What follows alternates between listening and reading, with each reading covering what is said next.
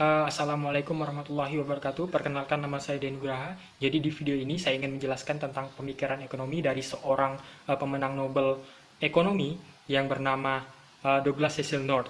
Jadi, selama ini para ekonom neoklasik memandang bahwa sistem mekanisme pasar merupakan penggerak roda perekonomian yang terbaik, dan mereka menepik peran institusi yang ada di dalamnya. Nah, North ini mengkritik pandangan dari kaum neoklasik tersebut.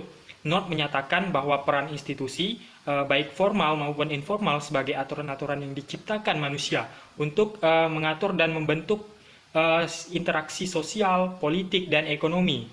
Nah, aturan formal itu contohnya seperti peraturan, undang-undang, dan konstitusi.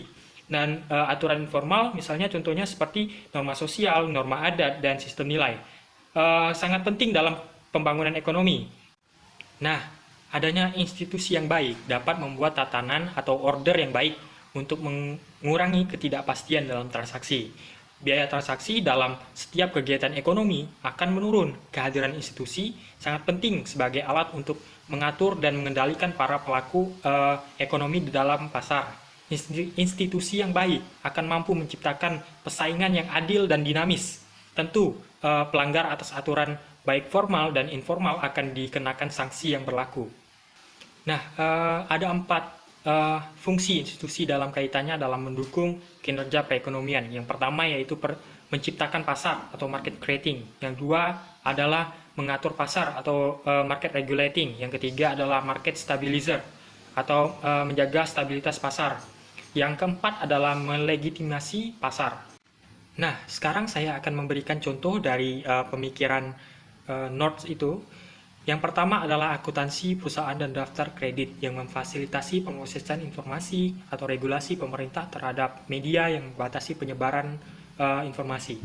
Nah, jadi lembaga menyalurkan informasi mengenai kondisi pasar, barang, dan pelaku, arus informasi yang baik, membantu pengusaha mengenali rekan dan aktivitas yang memberikan hasil yang tinggi.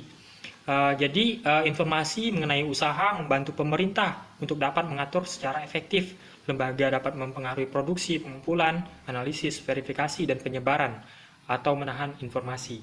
Baik, lalu yang kedua yaitu merumuskan dan menegakkan hak kepemilikan dan kontrak, menentukan siapa yang memperoleh apa dan kapan, mengetahui satu hak atas aset dan pendapatan serta kemampuan untuk melindungi hak tersebut. Dan biasanya yang melakukan ini seperti konstitusi negara dan sistem pengadilan. Yang terakhir, instansi dapat membatasi kekuasaan pasar, misalnya melalui peraturan, aturan persaingan, mereka membatasi sewa, produsen, melindungi konsumen dari harga yang tinggi.